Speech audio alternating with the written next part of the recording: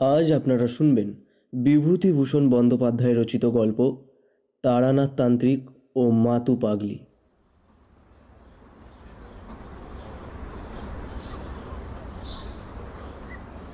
সন্ধে হবার দেরি নেই। রাস্তায় পুরনো বইয়ের দোকানে বই দেখে বেড়াচ্ছিলাম। এমন সময় আমার এক বন্ধু কিশোরী সেন আমার কাছে এলো। আমাকে বলল, এই যে এখানে কি, চলো চলো জ্যোতিষীকে গিয়ে হাত দেখিয়ে আসি। তারানাথ জ্যোতিষীর নাম শোনোনি? মস্ত বড় গুণী।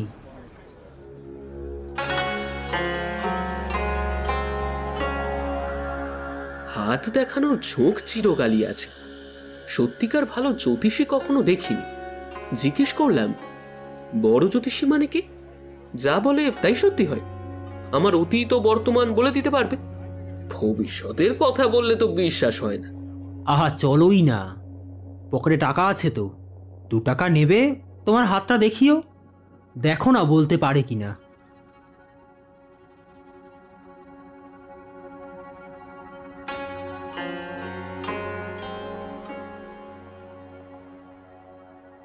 কাছেই একটা গলির মধ্যে একতলা বাড়ির গায়ে টিনের সাইনবোর্ডে লেখা আছে, তারানাথ জ্যোতির্বিনোদ।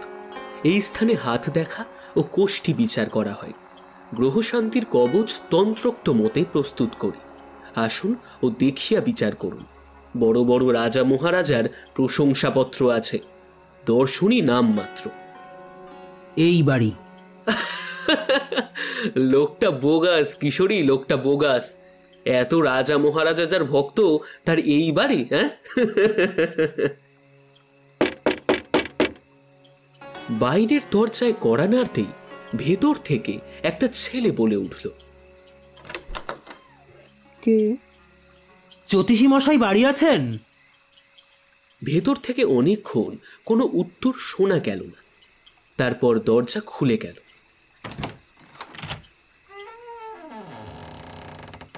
একটা ছোট্ট ছেলে ওকে মেরে আমাদের দিকে সন্দিগ্ধ দৃষ্টিতে খানিকক্ষণ চেয়ে থাকলো। তারপর জিজ্ঞেস করল, কোথা থেকে আসছেন? আমাদের আসবার উদ্দেশ্য শুনে সে আবার বাড়ির ভেতর চলে গেল। কিছুক্ষণ কারোর কোনো সারা শব্দ পাওয়া গেল না। এ কি হে কিশোরী, ব্যাপার যা দেখছি, তোমার জ্যোতিষী তো পাওনাদারের ভয়ে দিনরাত দরজা বন্ধ করে রাখে। ছেলেটাকে পাঠিয়ে দিয়েছে আমরা পাওনাদার কিনা দেখতে, এবার ডেকে নিয়ে যাবে দেখো। আমার কথাই ঠিক হলো। একটু পরেই ছেলেটা দরজা খুলে বলল, আসুন ভেতরে। ছোট্ট একটা ঘরে তক্তাপোশের ওপর আমরা বসলাম। একটু পরে ভেতরের দরজা ঠেলে একজন বৃদ্ধ প্রবেশ করল। কিশোরী উঠে দাঁড়িয়ে হাত জোর করে প্রণাম করে বলল, আসুন পণ্ডিত মশাই।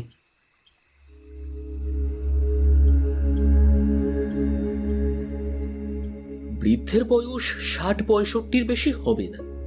রং টকটকে গৌর বর্ণ। এ বয়সেও গায়ের রঙের জৌলুস আছে।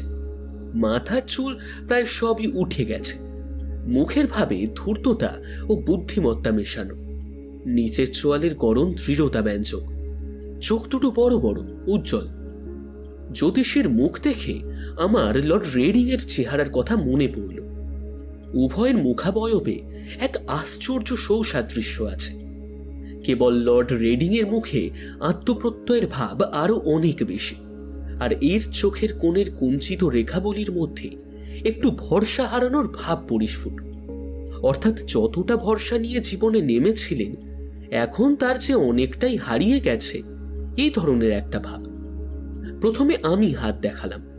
বৃদ্ধ নিবিষ্ট মনে খানিকটা দেখে আমার মুখের দিকে চেয়ে বলল, আপনার জন্মদিন 15ই শ্রাবণ, 1305 সাল, ঠিক?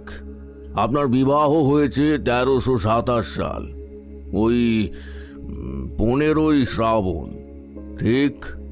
কিন্তু জন্ম মাসে তো বিয়ে হয় না। আপনার হলো কেমন করে? এরকম তো দেখিনি।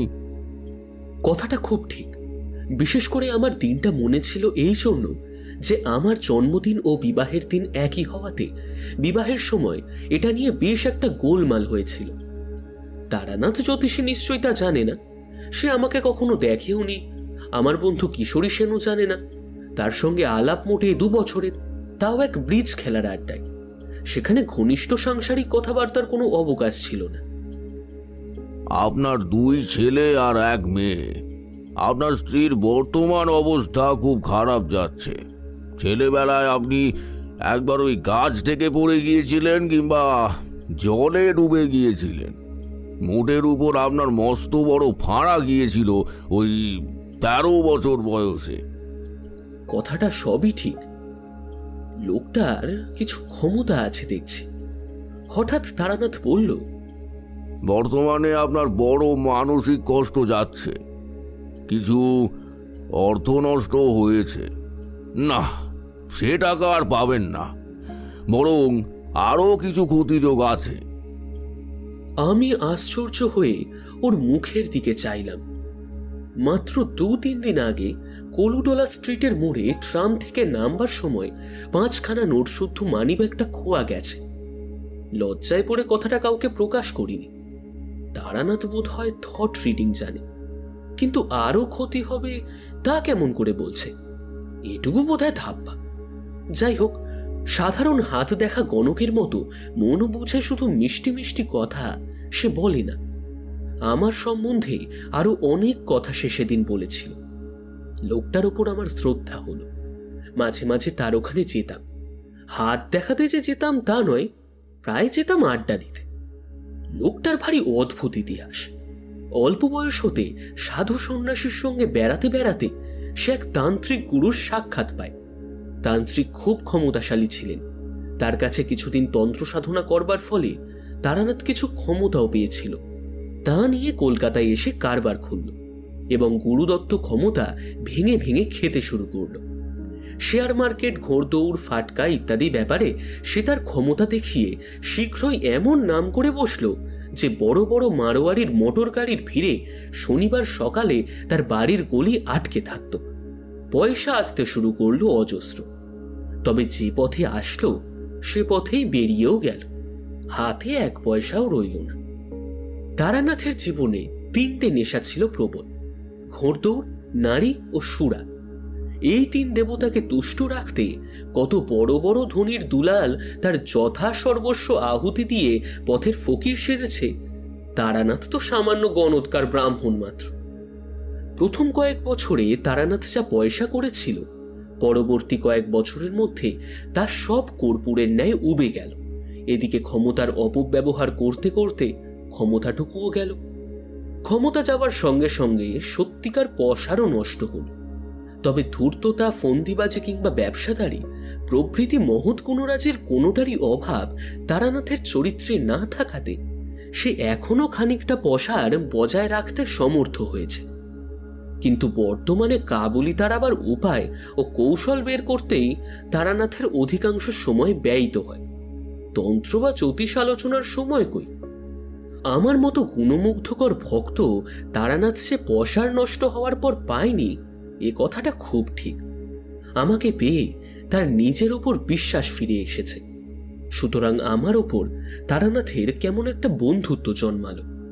সে প্রায় আমায় বলে, তোমাকে সব শিখিয়ে দেব, তোমাকে শিষ্য করে রেখে যাব। লোকে দেখবে তারানাথের ক্ষমতা কিছু আছে কি না। লোক পায়নি এতকাল যে তাকে কিছু দিই। চন্দ্র দর্শন করতে চাও? চন্দ্র দর্শন তোমায় শিখিয়ে দেব। 2 হাতের আঙুলে 2 চোখ বুজিয়ে চেপে রেখে 2 বৃদ্ধাঙ্গুষ্ঠ দিয়ে কান জোর করে চেপে চিত হয়ে শুয়ে থাকো। কিছুদিন অভ্যাস করলেই চন্দ্র দর্শন হবে। চোখের সামনে পূর্ণ চন্দ্র দেখতে পাবে। উপরে আকাশে পূর্ণচন্দ্র আর নিচে থাকবে একটা গাছের তলায় 2টো পরী। তুই যা জানতে চাইবে পরীরা তাই বলে দেবে। ভালো করে যে চন্দ্র দর্শন অভ্যেস করেছে তার অজানা কিছুই থাকে না। চন্দ্র দর্শন করি আর না করি তারানাথের কাছে প্রায় যেতাম। লোকটা এমন সব অদ্ভুত কথা বলে যা পথে ঘাটে বড় একটা শোনা যায় না। দৈনন্দিন খেটে খাওয়া লোকের জীবনের সঙ্গে তার কোনো সম্পর্ক নেই। পৃথিবীতে যে আবার এসব ব্যাপারও ঘটে তার তো কোনোদিন জানাই ছিল না।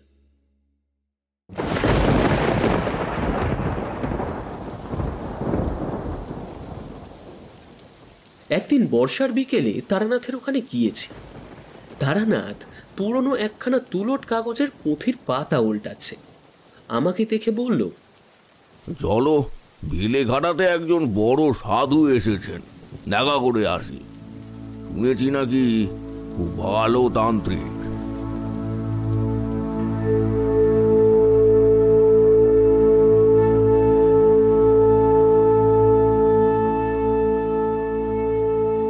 তারানাথের স্বভাবই হলো ভালো সাধু সন্ন্যাসীর সন্ধান করে বেড়ানো। বিশেষ করে সে সাধু যদি তান্ত্রিক হয়, তবে তারানাথ সব কাজ ফেলে তার পেছনে দিন রাত লেগে থাকবে। গেলাম বেলেঘাটা। সাধুর ক্ষমতার মধ্যে দেখলাম তিনি আমাকে যে কোনো একটা গন্ধের নাম করতে বললেন। আমি বেলফুলের নাম করতেই তিনি বললেন, পকেটে রুমাল আছে, বার করে দেখ। রুমাল বের করে দেখি তাতে বেলফুলের গন্ধ ফুরফুর করছে। আমি সাধুর কাছ থেকে 5-6 হাত দূরে বসেছিলাম এবং আমার পকেটেও কেউ হাত দেয়নি। ঘরে আমি, তারানাথ আর সেই সাধু ছাড়া অন্য কেউ নেই। রুমালখানাতে আমার নামও লেখা আছে, সুতরাং হাত সাফাইয়ের সম্ভাবনাও নেই। কিছু যে আশ্চর্য না হলাম এমনটা নয়, কিন্তু যদি ধরেই নিই যে সাধু বাবাজি তান্ত্রিক শক্তির সাহায্যেই আমার রুমালের মধ্যে গন্ধের সৃষ্টি করেছেন, তবুও এত কষ্ট করে তন্ত্র সাধনার ফল যদি 2 পয়সার আতর সৃষ্টি করায় দাঁড়ায়, সেই সাধনার আমি কোনো মূল্য দিই না। আতর তো বাজারেও কিনতে পাওয়া যায়। ফেরবার সময় তারানাথ বলল, না, লোকটা নিম্ন শ্রেণীর তন্ত্র সাধনা করেছে, তারই ফলে ওই 2-1টা সামান্য শক্তি পেয়েছে। তাই বা পায় কি করে? বৈজ্ঞানিক উপায়ে কৃত্রিম আতর প্রস্তুত করতে তো অনেক তোড়জোড়ের দরকার হয়। মুহূর্তের মধ্যে একজন লোক দূর থেকে আমার রুমালে যে বেলফুলের গন্ধ চালান করলো, তার পেছনেও তো একটা প্রকাণ্ড বৈজ্ঞানিক অসম্ভাব্যতা রয়েছে। কন্ট্যাক্ট অ্যাট এ ডিস্টেন্সের মোটা সমস্যাটাই তো ওর মধ্যে জড়ানো। যদি ধরি হিপনোটিজম, সাধুর ইচ্ছাশক্তি আমার উপর ততক্ষণই কার্যকর হতে পারে যতক্ষণ আমি তার সামনে রয়েছি। তার সান্নিধ্য থেকে দূর হয়েও আমার উপর যে হিপনোটিজমের প্রভাব অক্ষুণ্ণ রয়েছে, তার প্রভাবের মূলে কি রয়েছে সেও তো আর এক গুরুতর সমস্যা হয়ে দাঁড়ায়। তারানাথের সঙ্গে তার বাড়ি গিয়ে বসলাম। তারানাথ বলল,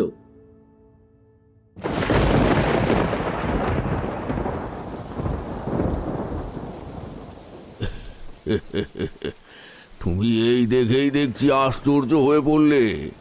তবু তো সত্যিকার তান্ত্রিক দেখোনি। নিম্ন শ্রেণীর তন্ত্র এক ধরনের জাদু, যাকে তোমরা বলো ব্ল্যাক ম্যাজিক।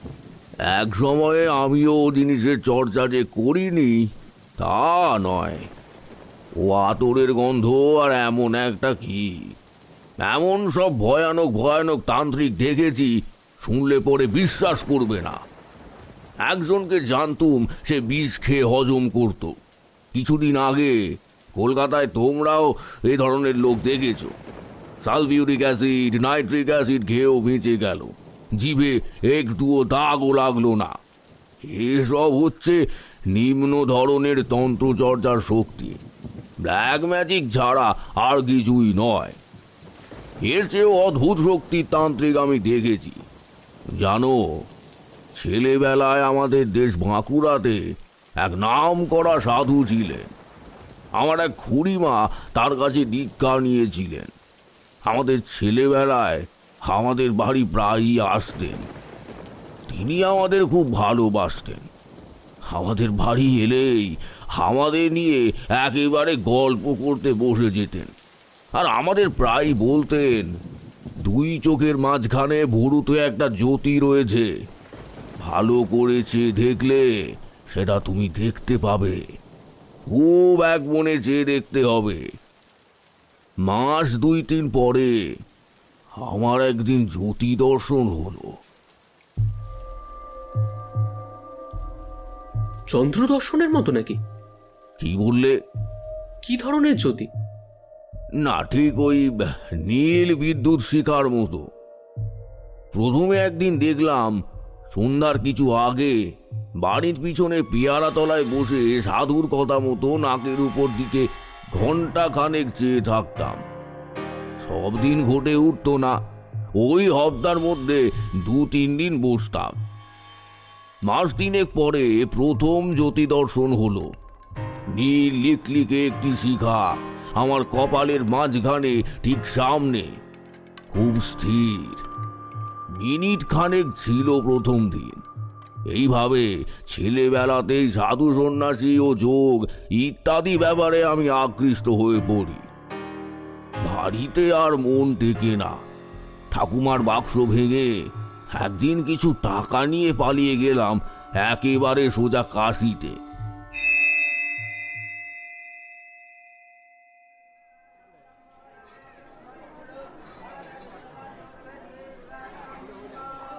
একদিন অহল্যাবাইয়ের ঘাটে বসে রয়েছি। সন্ধ্যা তখনও উত্তীর্ণ হয়নি। মন্দিরে মন্দিরে আরতি চলছে। এমন সময় একজন লম্বা চওড়া চেহারা সাধুকে ফরম পায়ে দিয়ে কমণ্ডলু হাতে ঘাটের পৈঠায় নামতে দেখলাম। তার সারা দেহে এমন কিছু একটা ছিল যা আমাকে আর অন্যদিকে চোখ ফেরাতে দিলে না। সাধু তো কতই দেখি, চুপ করে আছি। সাধু বাবাজি জল ভরে পৈঠা ভেয়ে উঠতে উঠতে হঠাৎ আমার দিকে চেয়ে খাসা বাংলায় বললেন, বাবাজির বাড়ি কোথায়? বাঁকুড়া জেলায়, মালিয়ারা, রুদ্রপুর। সাধু থমকে দাঁড়ালেন, বললেন, মালিয়ারা, রুদ্রপুর? তারপর কি যেন একটা ভাবলেন। খুব অল্পক্ষণ একটু যেন অন্যমনস্ক হয়ে গেলেন। তারপর বললেন, রুদ্রপুরের রামরূপ সান্যালের নাম শুনেছ? তাদের বংশে এখন কে আছে জানো? আমাদের গ্রামের স্যান্নালেরা এক সময় খুব অবস্থাপন্ন ছিল। খুব বড় বাড়ি ঘর, দরজায় হাতি বাঁধা থাকতো শুনেছি। কিন্তু এখন তাদের অবস্থা খুব খারাপ। কিন্তু রামরূপ সান্যালের নাম তো কখনো শুনিনি। সন্ন্যাসীকে সসম্ভ্রমে সে কথা বলতে তিনি হেসে বললেন, তোমার বয়স আর কতটুকু, তুমি জানবে কি করে? খেয়াঘাটের কাছে শিব মন্দিরটা আছে তো। খেয়াঘাট? রুদ্রপুরে তো নদী নেই, মজে গিয়েছে কোন কালে। এখন তার উপর দিয়ে মানুষ গরু হেঁটে যায়। তবু পুরনো নদীর খাতের ধারে একটা বহু প্রাচীন জীর্ণ শিব মন্দির জঙ্গলাবৃত হয়ে পড়ে রয়েছে বটে। শুনেছি স্যান্নালদেরই কোনো পূর্বপুরুষ ওই শিব মন্দির প্রতিষ্ঠা করেন। কিন্তু এসব কথা ইনি কি করে জানলেন? আপনি আমাদের গায়ের কথা জানেন দেখছি। সন্ন্যাসী মৃদু হাসলেন। এমন হাসি শুধু স্নেহময় বৃদ্ধ পিতামহের মুখেই দেখা যায়। তার অতি তরুণ অবোধ পৌত্রের কোনো ছেলে মানুষের কথার জন্য। সত্যি বলছি, সে হাসি স্মৃতি আমি এখনো ভুলতে পারিনি। খুব উঁচু না হলে অমন হাসি মানুষ হাসতে পারে না। খুব শান্ত সস্নেহ কৌতুকের সুরে তিনি বললেন, বাড়ি থেকে বেরিয়েছো কেন? ধর্মকর্ম করবি বলে? আমি কিছু উত্তর দেওয়ার আগেই তিনি আবার বললেন, বাড়ি ফিরে যা, বাড়ি ফিরে যা, সংসার ধর্ম কিছু করগে যা। এ পথ তোর নয়, আমার কথা শোন। এমন নিষ্ঠুর কথা বলবেন না। কিছু হবে না কেন? আমার সংসারে মন নেই। সংসার ছেড়ে এসেছি আমি। ওরে, ওর নাম সংসার ছাড়া নয়। সংসার তুই ছাড়িস নি, ছাড়তে পারবিও নে। তুই ছেলে মানুষ, নির্বোধ, কিছু বোঝবার বয়স হয়নি। যা, বাড়ি যা, মা বাপের মনে কষ্ট দিস নে। কথা শেষ করে তিনি চলে যাচ্ছেন দেখে আমি বললুম, কিন্তু আমাদের গায়ের কথা কি করে জানলেন বলবেন না? দয়া করে বলুন। তিনি কোনো কথার উত্তর না দিয়ে জোরে জোরে পা ফেলে চলতে লাগলেন। আমিও না ঝোরবান্দা, তার পিছু পিছু আমিও চলতে লাগলাম। খানিক দূরে গিয়ে তিনি আমাকে দাঁড়িয়ে বললেন, কেন আসছিস? আপনাকে আমি ছাড়বো না।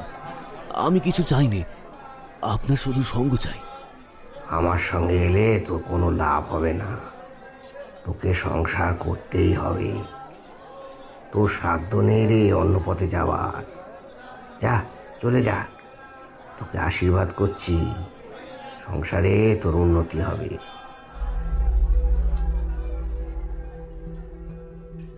আর সাহস করলুম না তার অনুসরণ করতে। কি একটা শক্তি, আমার ইচ্ছা শক্তিকেও যেন তার পিছনে পিছনে যেতে আমায় বাধা দিলে। দাঁড়িয়ে কিছুক্ষণ পরে সামনের দিকে চেয়ে দেখি তিনি নেই। বুঝতে পারলুম না কোন গলির মধ্যে তিনি ঢুকে পড়েছেন বা কোন দিকে গেলেন। প্রসঙ্গক্রমে বলেনি, অনেকদিন পরে বাড়ি ফিরে এসে দেশের খুব বৃদ্ধ লোকেদের কাছে খোঁজ নিয়েও রামরূপ সান্যালের কোনো হদিশ মেলাতে পারলুম না। সান্যালদের বাড়ির ছেলে ছোকরার দল তো কিছু বলতেই পারে না। ওদের এক শরীর জলপাইগুড়িতে ডাকঘরে কাজ করতেন। তিনি পেনশন নিয়ে সেবার শীতকালে বাড়ি এলেন। কথায় কথায় তাকে একদিন প্রশ্নটা করাতে তিনি বললেন, দেখো, আমার ছেলেবেলায় বড় জ্যাঠামশাইয়ের কাছে একখানা খাতা দেখেছি। তাতে আমার বংশের অনেক কথা লেখা ছিল। বড় জ্যাঠামশাইয়ের ওইসব শখ ছিল। অনেক কষ্ট করে নানা জায়গায় হাঁটাহাঁটি করে বংশের কুলজি জোগাড় করতেন। তার মুখে শুনেছি 4-5 পুরুষ আগে আমাদেরই বংশে রামরূপ সান্যাল নদীর ধারে ওই মন্দির প্রতিষ্ঠা করেন। রামরূপ সাধক পুরুষ ছিলেন, বিবাহও করেছিলেন, ছেলে মেয়েও হয়েছিল, কিন্তু সংসারে তিনি বড় একটা লিপ্ত ছিলেন না। রামরূপের বড় ভাই ছিলেন রামনিধি। প্রথম যৌবনেই অবিবাহিত অবস্থায় তিনি সন্ন্যাসী হয়ে গৃহত্যাগ করেন, আর কখনো দেশে ফেরেননি। অন্তত 150 বছর আগের কথা হবে। আচ্ছা, ওই শিব মন্দিরটা ওরকম মাঠের মধ্যে বেখাপ্পা জায়গায় কেন? তা নয়, ওখানে তখন বহতা নদী ছিল, খুব স্রোত ছিল, বড় বড় কিস্তি চলতো। কোনো নৌকা একবার ওই মন্দিরের নিচের ঘাটে মারা পড়ে বলে ওর নাম লা ভাঙার খেয়াঘাট। খেয়াঘাট? তিনি অবাক হয়ে আমার দিকে চেয়ে বললেন, হ্যাঁ, জ্যাঠামশাইয়ের মুখে শুনেছি তো, বাবার মুখেও শুনেছি। তাছাড়া আমাদের পুরনো কাগজপত্রে আছে শিব মন্দির প্রতিষ্ঠিত হয়েছিল লা ভাঙার খেয়াঘাটের ওপর। কেন বলো তো? এসব কথা তোমার জানবার কি দরকার হলো? বইটই লিখছো নাকি? ওদের কাছে কোনো কথা বলিনি, কিন্তু আমার দৃঢ় বিশ্বাস হলো, এবং সে বিশ্বাস আজও আছে, যে কাশীর সেই সন্ন্যাসী রামরূপের দাদা রামনিধি নিজেই কোনো অদ্ভুত যৌগিক শক্তির বলে 150 বছর পরেও তিনি বেঁচে রয়েছেন।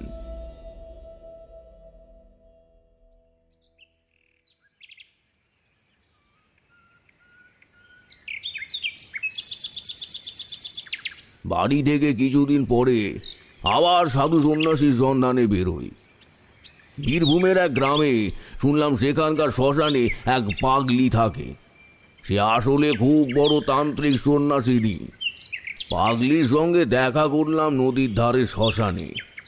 ছেঁড়া একটা কাঁথা জড়িয়ে পড়ে আছে, যেমন ময়লা কাপড় চোপড় পরনে, তেমনই মলিন জটা বাগানো চুল। আমাকে দেখেই সে গেল মহা চোটে। বললে, বেরো বেরো এখান থেকে বলছি। হ্যাঁ, কে বলেছে তোকে এখানে আসতে? হ্যাঁ, যা যা বেরো। ওর আলু থালু বিকট মলিন চেহারা দেখে মনে যে ভাব এসেছিল, সেটাকে অতি কষ্টে চেপে বললাম, মা, আমাকে আপনার শিষ্য করে নিন। অনেক দূর থেকে এসেছি, দয়া করুন আমার উপর।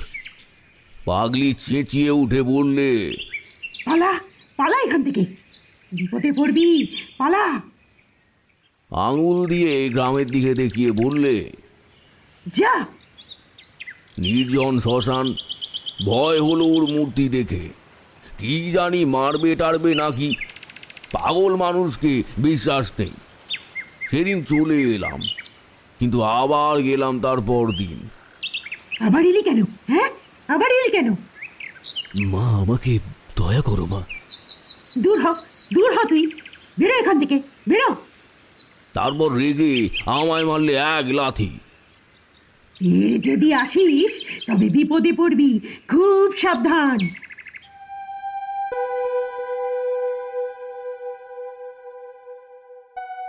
রাত্রে শুয়ে শুয়ে ভাবলাম, না, এখান থেকে চলে যাই, আর এখানে নয়। এক পাগলের পাল্লায় পড়ে প্রাণটা যাবে দেখছি কোনোদিন। শেষ রাত্রে স্বপ্ন দেখলাম পাগলি এসে যেন আমার সামনে দাঁড়িয়েছে। সে চেহারা আর নেই, মৃদু হাসি হাসি মুখে আমায় যেন বললে, লাথিটা খুব লেগেছে না রে? হ্যাঁ, তা রাগ করিস নে, কাল যাস আমার ওখানে। সকালে উঠেই আবার গেলাম। ও মা, স্বপ্ন টপ্ন সব মিথ্যে। পাগলি আমায় দেখে মার মূর্তি হয়ে শ্মশানের একখানা পোড়া কাঠ আমার দিকে ছুঁড়ে মারল। আমিও তখন মরিয়া হয়েছি। বললাম, তুমি তবে রাত্রে আমায় বলতে গিয়েছিলে কেন স্বপ্নে? তুমি তো আসতে বললে, তাই তো এলাম। পাগলি খিলখিল করে হেসে উঠল।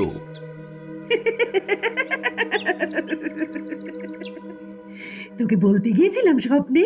হ্যাঁ, তোর মুন্ডু চিবিয়ে খেতে গিয়েছিলাম। যা যা যা যা, বেরো বলছি, বেরো বেরো এখান থেকে। কেন জানি না এই পাগলি আমাকে অদ্ভুতভাবে আকৃষ্ট করেছে। আমি বুঝলাম তখনই সেখানে দাঁড়িয়ে। এ যতই আমাকে বাইরে তাড়িয়ে দেওয়ার ভান করুক, আমার মনে হলো ভেতরে ভেতরে আমায় এক অজ্ঞাত শক্তির বলে টানছে। বস এখানে। আঙুল তুলে দেখিয়ে দিলে। তার আঙুল তুলে দেখিয়ে দেওয়ার ভঙ্গিটা যেন খুব রাজা জমিদারের ঘরের কর্ত্রীর মতো। তার সে হুকুম পালন না করে যে উপায় নেই, কাজেই বুঝতে হলো। কেন এখানে এসে বিরক্ত করিস বলতো? তোর দ্বারা কি হবে? কিচ্ছু হবে না, কিচ্ছু হবে না। তোর সংসারে এখনো পুরো ভোগ রয়েছে, ভোগ। আচ্ছা, কিছু খাবি? আমার এখানে যখন এসেছিস, তার উপর আবার বামুন, তখন কিছু খাওয়ানো দরকার। বল বল বল বল বল, কি খাবি, কি খাবি, বল বল। পাগলির শক্তি কত দূর দেখবার জন্য বড় কৌতূহল হলো।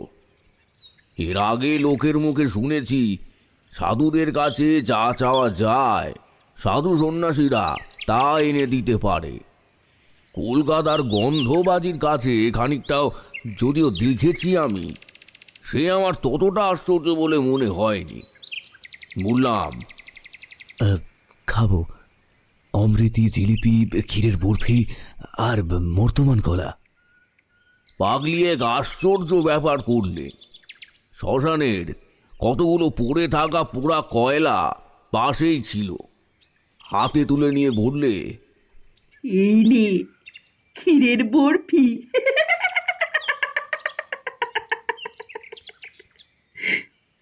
আমি তো অবাক। ইতস্তত করছি দেখে সে পাগলের মতো খিলখিল করে কি রকম একটা অসম্বন্ধ হাসি এসে বললে, খা খা খা খা খা, ক্ষীরের বরফি খা খা খা, কানা কানা কানা। আমার মনে হলো এ তো দেখছি পুরো পাগল, কোনো কাণ্ডজ্ঞান নেই, কিচ্ছু নেই। এর কথায় মরা পোড়ানো কয়লা মুখে দেব, ছি ছি। কিন্তু আমার তখন আর ফেরবার পথ নেই। অনেক দূরে গিয়েছি। দিলাম সেই কয়লা মুখে পুড়ে, যা কপালে থাকে। পরক্ষণেই থু থু করে সেই বিশ্রী বিষাদ চিতার কয়লার টুকরোগুলো মুখ থেকে বার করে ফেলে দিলাম। পাগলি আবার খিলখিল করে উঠল। রাগে দুঃখে আমার চোখে তখন জল এসেছে। কি বোকামি করেছি এখানে এসে। এ পাগলই, পাগল ছাড়া এ আর কিছুই নয়। বদ্ধ উন্মাদ পাড়াগাঁয়ের ভূতেরা সাধু বলে এইসব নাম রটিয়েছে। কেলি কেলি, বর্তমান কলা পেটুক কোথাকার। পেটের জন্য এসেছে শ্মশানে আমার কাছে। দূর হ, দূর হ জানোয়ার, দূর হ। আমার ভয়ানক রাগ হলো। অমন নিষ্ঠুর কথা আমায় কখনো কেউ মুখের ওপর বলেনি। একটিও কথা না বলে আমি তখনই সেখান থেকে উঠে চলে এলাম।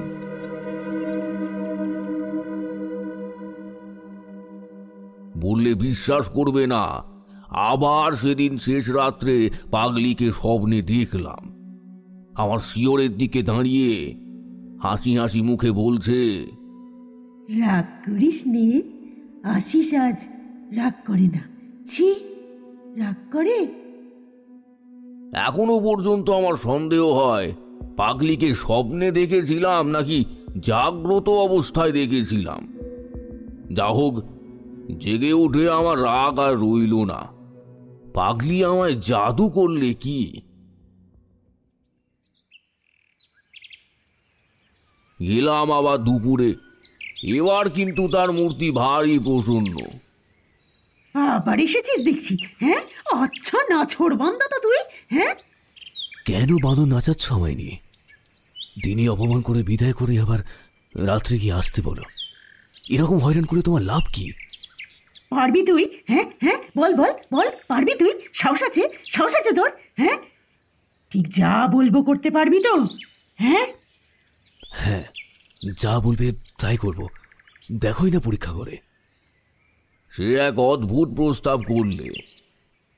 আজ রাত্রে তুই আমায় মেরে ফেল, গলা টিপে মেরে ফেলবি।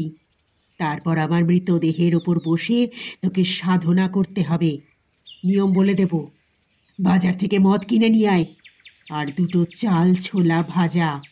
মাঝে মাঝে যখন আমার মৃতদেহ হাঁ করে বিকট চিৎকার করে উঠবে, তখন আমার মুখে এক ঢোক মদ আর দুটো চাল ছোলা ভাজা দিবি। ভোর রাত পর্যন্ত এমনি মরার উপর বসে মন্ত্র জপ করতে হবে। রাত্রে হয়তো অনেক রকম ভয় পাবি। যারা এসে ভয় দেখাবে তারা কিন্তু কেউ মানুষ নয়। তাদের যেন ভয় করিস না। ভয় পেলে সাধনা তো মিথ্যে হবেই, প্রাণ পর্যন্ত হারাতে হতে পারে। রাজি তো? ও যে এমন কথা বলবে তা আমি বুঝতে পারিনি। কথা শুনে তো আমি অবাক হয়ে গেলাম। সব পারবো, কিন্তু মানুষ খুন করা আমায় দিয়ে হবে না। আর তুমি বা আমার জন্য মরবে কেন? তবে এখানে মরতে এসেছিলে কেন? হ্যাঁ, মুখ পোড়া, দূর হ, দূর হ, বেরো এখান থেকে, বেরো বেরো বলছি, বেরো। আরো নানা রকম অশ্লীল গালাগালি দিলে। ওর মুখে কিচ্ছু বাঁধে না, মুখ বড় খারাপ। আমি আজকাল ওগুলো আর তত গায়ে মাখিনে, গা সওয়া হয়ে গিয়েছে। রাগ করছো কেন? একটা মানুষকে খুন করা কি মুখের কথা? আমি না ভদ্রলোকের ছেলে? পাগলি আবার মুখ বিকৃত করে বললে,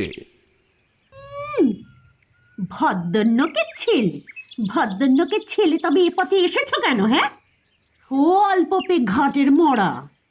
তন্তর মন্তরের সাধনা ভদ্রলোকের ছেলের কাজ নয়। গিয়ে কামিজ চাদর পরে হোসে চাকরি করো গিয়ে। বেরো, বেরো এখান থেকে, বেরো শুধু। তুমি শুধু রাগই করো।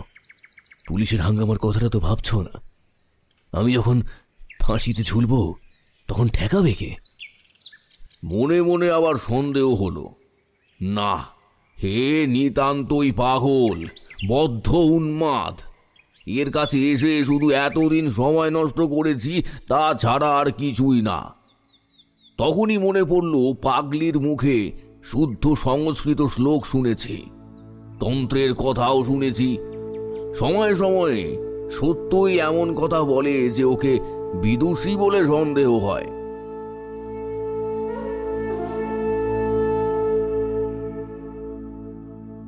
সেই দিন থেকে পাগলি আমার উপর প্রসন্ন হলো। বিকালে যখন গেলাম তখন আপনিই ডেকে বললে, আমার রাগ হলে আর জ্ঞান থাকে না রে। তোকে ও বেলা গালাগাল দিয়েছি, কিছু মনে করিস নে যেন। ভালোই হয়েছে তুই সাধনা করতে চাসনি। ওসব নিম্নতন্তরের সাধনা, ওতে মানুষের কতকগুলো শক্তি লাভ হয়, তাছাড়া আর কিছুই হয় না। কিভাবে শক্তি লাভ হয়? পৃথিবীতে নানা রকমের জীব আছে, তাদের চোখে দেখতে পাওয়া যায় না। মানুষ মরে দেহ শূন্য হলে চোখে দেখা যায় না, আমরা তাদেরই বলি ভূত। এছাড়া আরো অনেক রকমের প্রাণী আছে, তাদের বুদ্ধি মানুষের চেয়ে কম কিন্তু শক্তি বেশি, এদেরও দেখা যায় না। তন্তরে এদের ডাকিনী, শাঁকিনী এই সব নাম দেয়া হয়। এরা কখনো মানুষ ছিলই না, মানুষ মরে যেখানে যায় এরা সেখানকার প্রাণী। মুসলমান ফকিরেরা এদের জিন বলে। এদের মধ্যে ভালো মন্দ দুই আছে, তন্তর সাধনার বলে এদের বশ করা যায়। তখন যা বলা হয় এরা তাই করে, করতেই হবে, না করলে যে কোনো উপায় নেই। কিন্তু এদের নিয়ে খেলা করা বিপদ আছে, অসাবধান যদি হয়েছ তোমাকে মেরেও ফেলতে পারে।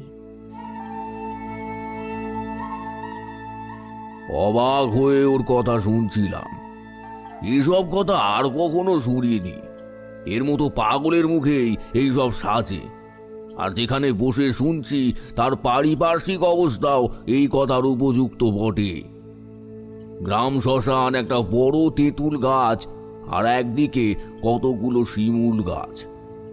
2-4 দিন আগের একটা চিতার কাঠ কয়লা রয়েছে, আর একটি কলসি জলের ধারে পড়ে রয়েছে। কোনো দিকে কোনো লোকজন নেই। অজ্ঞাত সারে আমার গাটা কেমন যেন শিউরে উঠল।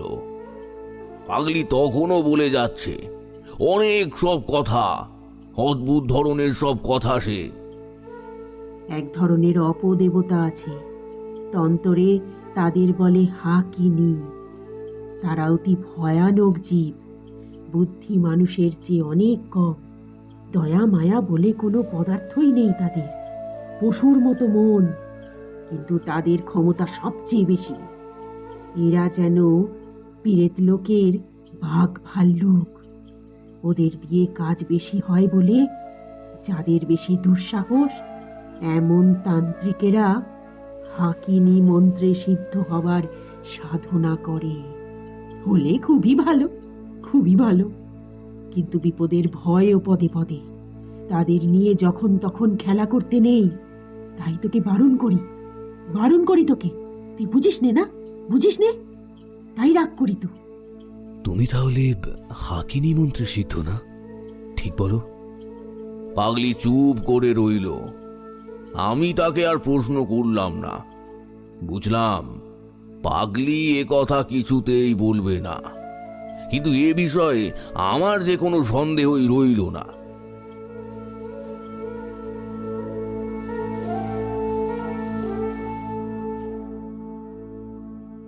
পরদিন গ্রামের লোকে আমাকে পাগলি সম্বন্ধে অনেক কথা বললে। তারা বললে, আপনি ওখানে যাবেন না অত ঘন ঘন। পাগলি ভয়ানক মানুষ, ওর মধ্যে এমন সব শক্তি আছে আপনার একেবারে সর্বনাশ করে দিতে পারে। ওকে বেশি ঘাটাবেন না মশাই, গায়ের লোক ওর কাছেও ঘেঁষে না, বিদেশি লোক হয়ে মারা পড়বেন শেষে। মনে মনে ভাবলাম কি আর আমার করবে, যা করবার তা করেই দিয়েছে। তার কাছে না গিয়ে থাকবার শক্তি আমার নেই। তারপরে একদিন যা হলো তা বিশ্বাস করবেন না।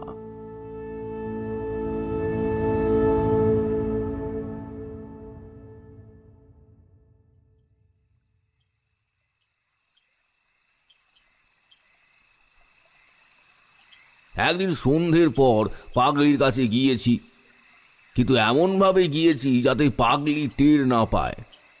পাগলি সেই বটতলায় গিয়ে হঠাৎ অবাক হয়ে দাঁড়িয়ে রইলাম। বটতলায় পাগলি বসে নেই, তার বদলে একটি ষোড়শী বালিকা গাছের খুঁড়িতে ঠেস দিয়ে সামনের দিকে চেয়ে রয়েছে। চোখের ভুল নয় মশাই, আমার তখন কাঁচা বয়স, চোখে ঝাপসা দেখবার কথা নয়, স্পষ্ট দেখলাম। ভাবলাম তাই তো, এ আবার কে এলো? যাই কি না যাই, 2-1 পা এগিয়ে সংকোচের সঙ্গে জিজ্ঞাসা করলাম, মা, তিনি কোথায় গেলেন? কে? সেই তিনি এখানে যিনি থাকতেন।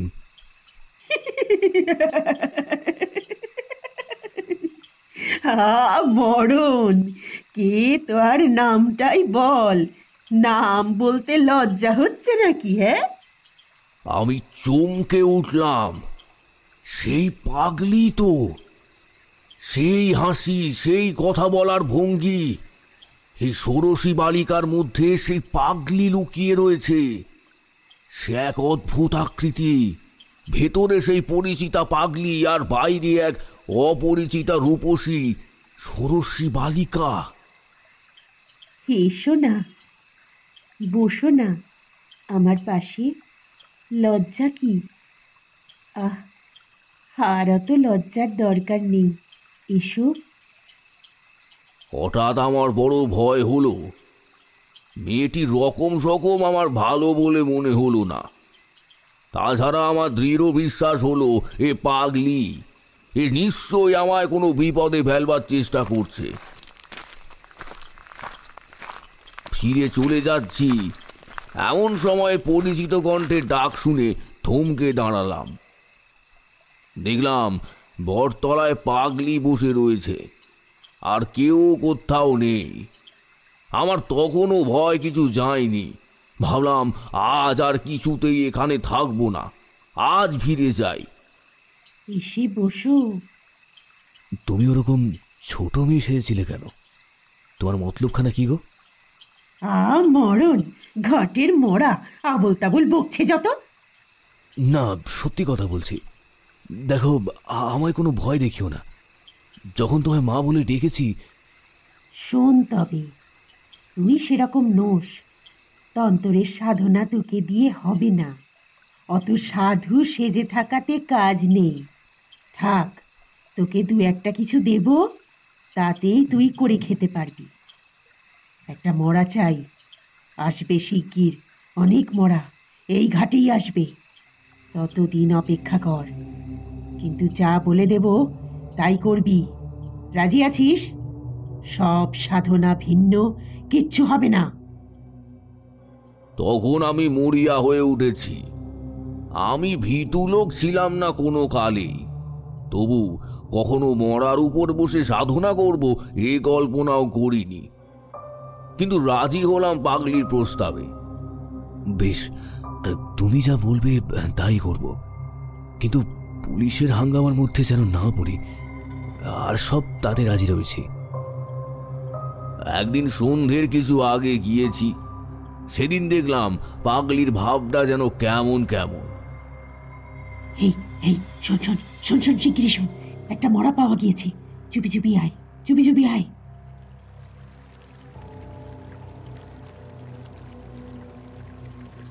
জঙ্গলের ধারে বড় একটা পাঁকুড় গাছের শেকড় জলের মধ্যে অনেকখানি নেমে গিয়েছে। সেই জড়ানো পাকানো জলমগ্ন শেকড়ের মধ্যে একটা মূল 17 বছরের মেয়ের মরা বেঁধে আছে। কোনো ঘাট থেকে ভেসে এসেছে বোধ হয়। তোল মরাটা, তোল, শিকড় বেয়ে নেমে যা। জলের মধ্যে মরা হালকা হবে, ওকে তুলে শিকড়ে রেখে দে, ভেসে না যায়। তখন কি করেছি কিছুই জ্ঞান ছিল না। মরার পরনে তখনও কাপড়, সেই কাপড় জড়িয়ে গিয়েছে শেকড়ের মধ্যে। আমাকে বিশেষ বেগ পেতে হলো না, অল্প চেষ্টাতেই সেটা টেনে তুলে ফেললাম। মরার ওপর বসে তোকে সাধনা করতে হবে। ভয় পাবি না তো? হ্যাঁ, ভয় পাবি না তো? ভয় পেয়েছ কি মরেছ? হ্যাঁ। আমি হঠাৎ আশ্চর্য হয়ে চিৎকার করে উঠলাম। মরার মুখ তখন আমার নজরে পড়েছে। সেদিনকার সেই ষোড়শী বালিকা, অবিকল সেই মুখ, সেই চোখ, কোনো তফাৎ নেই। ওরে আপদ, চেঁচিয়ে মরছিস কেন? হ্যাঁ, চেঁচিয়ে মরছিস কেন? আমার মাথার মধ্যে কেমন যেন গোলমাল হয়ে গিয়েছে তখন। পাগলিকে দেখে তখন আমার অত্যন্ত ভয় হলো। মনে মনে ভাবলাম, এ অতি ভয়ানক লোক দেখছি, গায়ের লোকে ঠিকই বলে, কিন্তু ফিরবার পথ তখন আমার বন্ধ। পাগলি আমায় যা যা করতে বললে সন্ধে থেকে আমাকে তাই তাই করতে হলো। সব সাধনার অনুষ্ঠান সম্বন্ধে সব কথা তোমায় বলবারও নয়। সন্ধ্যের পর থেকেই আমি সবের ওপর আসন করে বসলাম। পাগলি একটা অর্থশূন্য মন্ত্র আমাকে বললে সেটাই জপ করতে হবে অনবরত। আমার বিশ্বাস হয়নি যে এতে কিছু হয়। এমনকি ও যখন বললে, যদি কোনো বিভীষিকা দেখিস তবে ভয় পাস না, যেন ভয় পেলেই কিন্তু মরবি, তখনও আমার মনে বিশ্বাস হয়নি। রাত্রি দুপুর হলো ক্রমে। নির্জন শ্মশান, কেউ কোনো দিকে নেই। নিরন্ধকার দিক বিদিক লুকিয়েছে। পাগলি যে কোথায় গেল তাও আমি আর দেখিনি। হঠাৎ একপাল শিয়াল যেন ডেকে উঠল নদীর ধার থেকে, ওই কষার ঝোপের আড়ালে। শিয়ালের ডাক তো কতই শুনি, কিন্তু সেই ভয়ানক শ্মশানে একটা টাটকা মরার উপর বসে সেই শিয়ালের ডাক আমার সর্বাঙ্গে শিউরে উঠল। ঠিক সঙ্গে সঙ্গে আরেকটি ব্যাপার ঘটল। বিশ্বাস করা কি না করা সেটা তোমার ইচ্ছে, কিন্তু তোমার কাছে অযথা মিথ্যে বলে আমার কোনো স্বার্থ নেই। আমি তারানাথ জ্যোতিষী, বুঝি কেবল পয়সা। তুমি আমাকে 1 পয়সা দেবে না, সুতরাং তোমার কাছে মিথ্যে কেন বলবো? শিয়াল ডাকার সঙ্গে সঙ্গেই আমার মনে হলো শ্মশানের নিচে নদী জল থেকে দলে দলে সব বউ মানুষেরা উঠে আসছে। অল্প বয়সী বউ মুখে ঘোমটা টানা জল থেকে উঠে এলো, অথচ কাপড় ভিজে নয় কারো। দলে দলে 1টা 2টো 5টা 10টা 20টা, তারা সকলে এসে আমায় ঘিরে দাঁড়ালো। আমি এক মনে মন্ত্র জপ করে চলেছি, ভাবছি যা হয় তাই হবে। একটু পরে ভালো করে চাইতে গিয়ে দেখি আমার চারপাশে একটাও বউ নয়, সব কড়া পাখি। বীরভূমে নদীর চরে যথেষ্ট হয়। 2 পায়ে গম্ভীরভাবে হাঁটে, ঠিক যেন মানুষের মতো। এক মুহূর্তেই মনটা আমার হালকা হয়ে গেল। তাই বলো, হরি হরি হরি। পাখি, চিন্তাটা আমার সম্পূর্ণ শেষ হয়নি।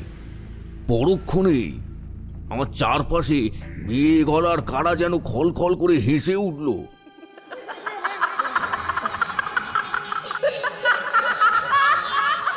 হাসির শব্দে আমার গায়ের রক্ত আরো হিম হয়ে জমে গেল।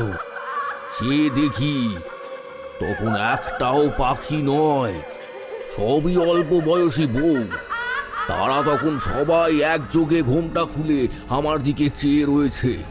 আর তাদের চারিদিকে সেই বড় মাঠের যেদিকে তাকাই, অসংখ্য নরকঙ্কাল দূরে নিকটে ডাইনে বাইয়ে অন্ধকারের মধ্যে সাদা সাদা দাঁড়িয়ে রয়েছে। কতকালের পুরনো জীর্ণ হাড়ের কঙ্কাল। তাদের অনেকগুলোর হাতের সব আঙুল নেই, অনেকগুলোর হাড় রোদে জলে চটা উঠে ক্ষয়ে গিয়েছে। কোনোটা দেখলাম মাথার কুলি ফুটো, কোনোটার পায়ের নলির হাড় ভেঙে বেঁকে আছে। তাদের মুখও নানা দিকে ফেরানো। দাঁড়াবার ভঙ্গি দেখে মনে হয় কেউ যেন তাদের বহু যত্নে তুলে ধরে দাঁড় করিয়ে রেখেছে। কঙ্কালের আড়ালে পিছন থেকে যে লোকটা এদের খাড়া করে রেখেছে, সে যেই ছেড়ে দেবে অমনি কঙ্কালগুলো হুড়মুড় করে ভেঙে পড়ে গিয়ে জীর্ণ ভাঙা চোরা তোবড়ানো নোনা ধরা হাড়ের রাশি স্তূপাকার হয়ে উঠবে। অথচ তারা যেন সবাই সজীব, সকলেই আমাকে পাহারা দিচ্ছে। আমি যেন প্রাণ নিয়ে শ্মশান থেকে পালাতে না পারি। হাড়ের হাত বাড়িয়ে একযোগে সবাই যেন আমার গলা টিপে মারবার অপেক্ষায় রয়েছে। উঠে সোজা দৌড় দেব ভাবছি, এমন সময় দেখি আমার সামনে এক অতি রূপসী বালিকা আমার পথ আগলে হাসি মুখে দাঁড়িয়ে।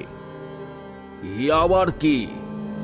যাই হোক, সব রকম ব্যাপারের জন্য আজ প্রস্তুত না হয়ে আর সব সাধনা করতে না বিনি। আমি কিছু বলবার আগে মেয়েটি হেসে হেসে বললে, আমি ষোড়শী, মহাবিদ্যাদের মধ্যে শ্রেষ্ঠ। আমায় তোমার পছন্দ হয় না? মহাবিদ্যা টোহাবিদ্যার নাম শুনেছিলাম বটে পাগলির কাছে, কিন্তু তাদের তো শুনেছি অনেক সাধনা করেও দেখা মেলে না, আর এত সহজে ইনি। বললাম, আমার মহা সৌভাগ্য যে আপনি এসেছেন, আমার জীবন ধন্য হলো।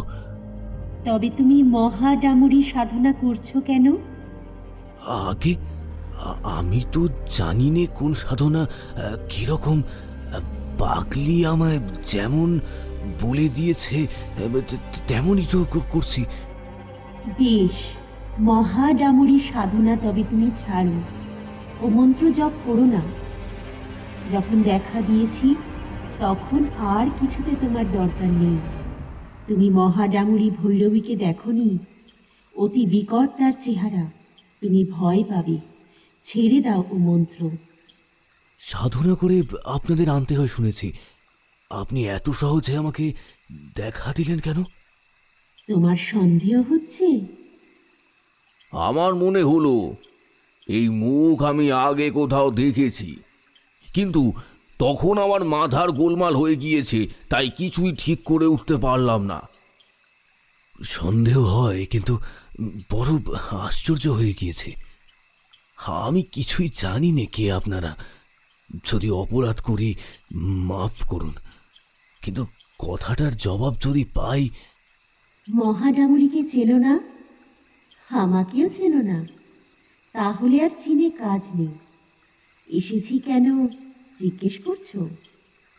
দিব্যৌঘ পথের নাম শোনোনি তন্ত্রে? পাষণ্ড দলনের জন্য এ পথে আমরা পৃথিবীতে নেমে আসি। তোমার মন্ত্রে দিব্যৌঘ পথে সারা জেগেছে, তাই তো ছুটে দেখতে এলাম। কথাটা ভালো বুঝতে পারলাম না।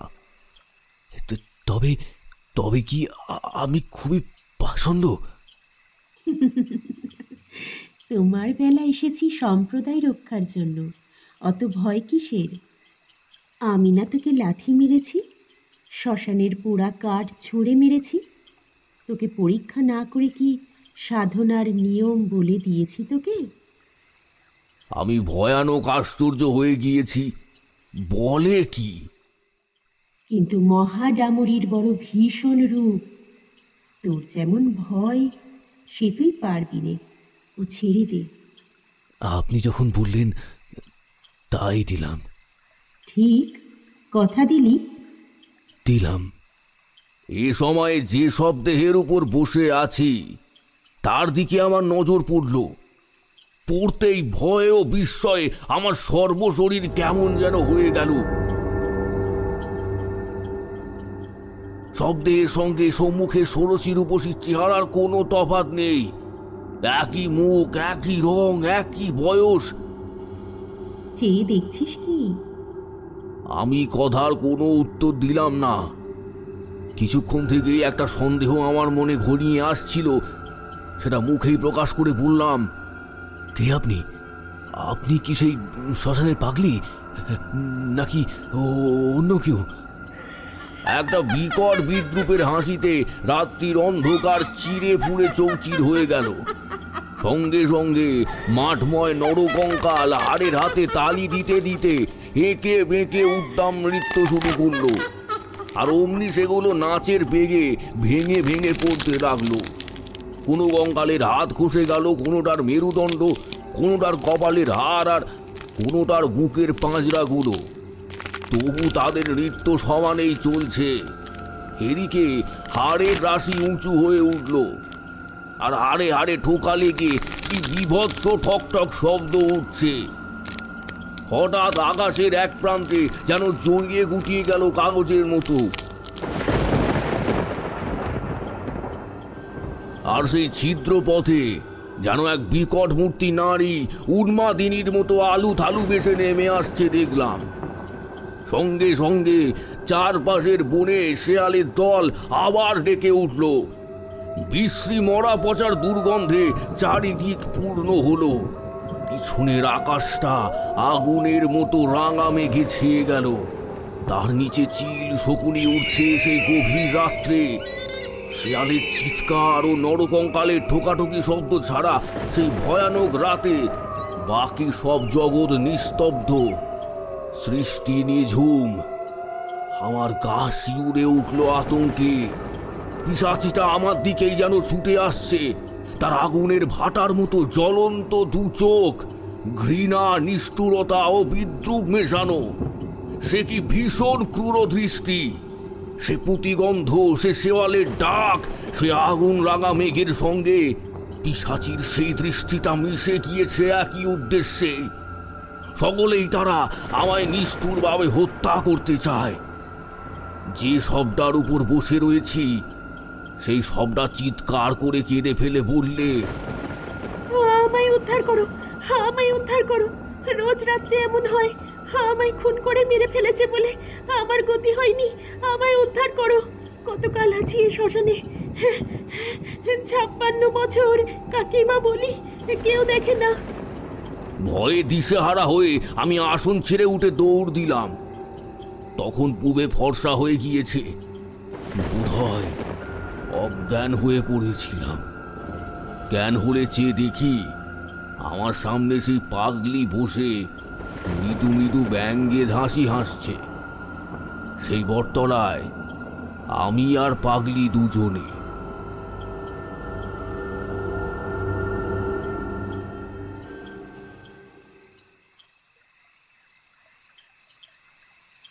যা, তোর দৌড় বোঝা গিয়েছে। আসন ছেড়ে পালিয়েছিলি না? হ্যাঁ, আমার শরীর তখনও যেন ঝিমঝিম করছে। কিন্তু আমি যে ওদের দেখেছি, তুমি যে ষোড়শী মহাবিদ্যার কথা বলতে, তিনি এসেছিলেন। তাই তুই ষোড়শীর রূপ দেখে মন্ত্র জপ ছেড়ে দিলি? দূর, ওসব হাকিনীদের মায়া। ওরা সাধনায় বাধা। তুই ষোড়শীকে চিনিস না? শ্রী ষোড়শী সাক্ষাৎ ব্রহ্মশক্তি এবং দেবী ত্রক্ষরিতু মহা ষোড়শী সুন্দরী। কহাদি সাধনা ভিন্ন তিনি প্রকট হন না, কহাদি উচ্চতন্ত্রের সাধনা। তুই তার জানিস কি? ওসব মায়া। তিনি অনেক কথা বলেছিলেন যে আরো এক বিকট মূর্তি পিশাচির মতো চেহারা নারী দেখেছি। আমার মাথা ঠিক ছিল না। তারপরেই মনে পড়ল পাগলির কথাও। কি একটা তার সঙ্গে যেন হয়েছিল, কি সেটা? তোর ভাগ্য ভালো, শেষকালে যে বিকট মূর্তি মেয়ে দেখেছিস তিনি মহা ডামরী, মহা ভৈরবী। তুই তার তেজ সহ্য করতে পারলি নে, আসন ছেড়ে ভাগলি কেন? মুখ পোড়া বাঁদর কোথাকার! উনি দেখা পাবেন ভৈরবীদের। হ্যাঁ, আমি যাদের নাম মুখে আনতে সাহস করি নে, হাকিনীদের নিয়ে কারবার করি, ওরা অল্প পেয়ে তোকে ভেলকি দেখিয়েছে। তুই তো সব সময় আমার সামনে বসে আছিস বটতলায়। কোথায় গিয়েছিলি তুই? হ্যাঁ, সকাল কোথায়? এখন যে সারা রাত সাধনা করে আসন ছেড়ে এলি, এই তো সবে সন্ধে। হ্যাঁ, আমার চমক ভাঙল। পাগলি কি ভয়ানক! সত্যি তো সবে মাত্র সন্ধে হয়। আমার সব কথা মনে পড়ল। এসেছে ঠিক বিকেল 6টায়। আষাঢ় মাসের দীর্ঘ বেলা। মরা ভাঙায় তোলা সব সাধনা, নরকঙ্কাল, ষোড়শী, উড়ন্ত চিল শকুনির ঝাঁক, সব আমার ভ্রম। কেন এমন ভোলালে? আর মিথ্যা তো ভয় দেখালে কেন? তোকে বাজিয়ে নিচ্ছিলাম। তোর মধ্যে সেই জিনিস নেই। তন্ত্রের সাধনা তোর কম্য নয়। তুই আর কোনোদিন এখানে আসার চেষ্টা করবি নে। এলেও আর দেখা পাবি নে, এই বলে দিলুম। একটা কথা শুধু উত্তর দাও, তুমি তো অসাধারণ শক্তি ধরো, তুমি ভেলকে নিয়ে থাকো কেন? উচ্চতন্ত্রের সাধনা করো না কেন? সে তুই বুঝবি নে। মহাষোড়শী, মহাডামরী, ত্রিপুরা এরা মহাবিদ্যা, ব্রহ্মশক্তির নারী রূপ। এদের সাধনা এক জন্মে হয় না। আমার পূর্ব জন্ম এমনি কেটেছে, এ জন্ম গেল, গুরুর দেখা পেলাম না। যা যা, তুই ভাগ, যা যা যা যা। তোর সঙ্গে এসব বুকে কি করব? হ্যাঁ, তোকে কিছু শক্তি দিলাম, তবে রাখতে পারবি না বেশি দিন। যা যা যা যা, পালা, যা পালা এখান থেকে, পালা বলছি।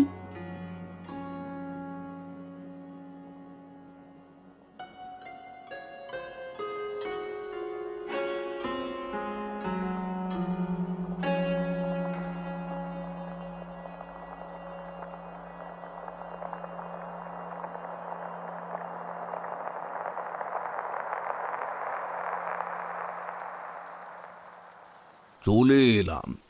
আর 40 বছরের কথা আর যায়নি, ভয়েই যায়নি।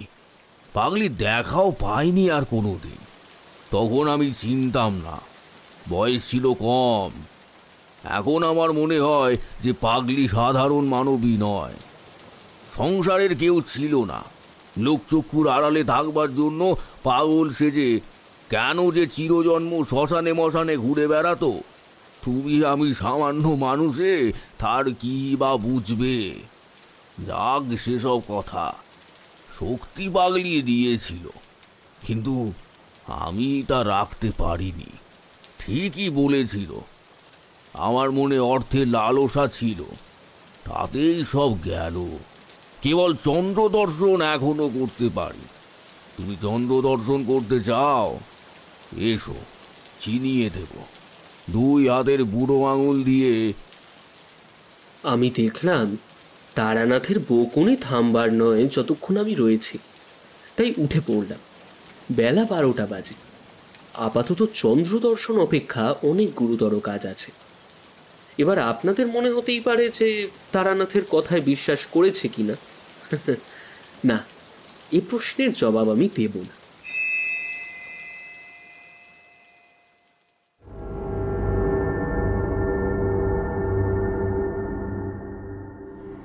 এতক্ষণ আপনারা শুনছিলেন বিভূতিভূষণ বন্দ্যোপাধ্যায়ের লেখা গল্প তারানাথ তান্ত্রিক ও মাতু পাগলি।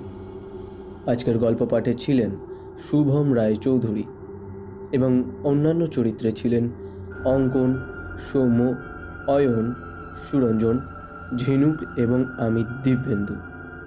গল্পটি কেমন লাগলো কমেন্ট করে আমাদের জানাবেন। গল্পটি ভালো লাগলে অবশ্যই লাইক এবং শেয়ার করবেন। আমাদের চ্যানেলের পরবর্তী গল্প শুনতে সাবস্ক্রাইব করুন বং স্টোরি লেন, ভিন্ন স্বাদের গপ্পের গলি।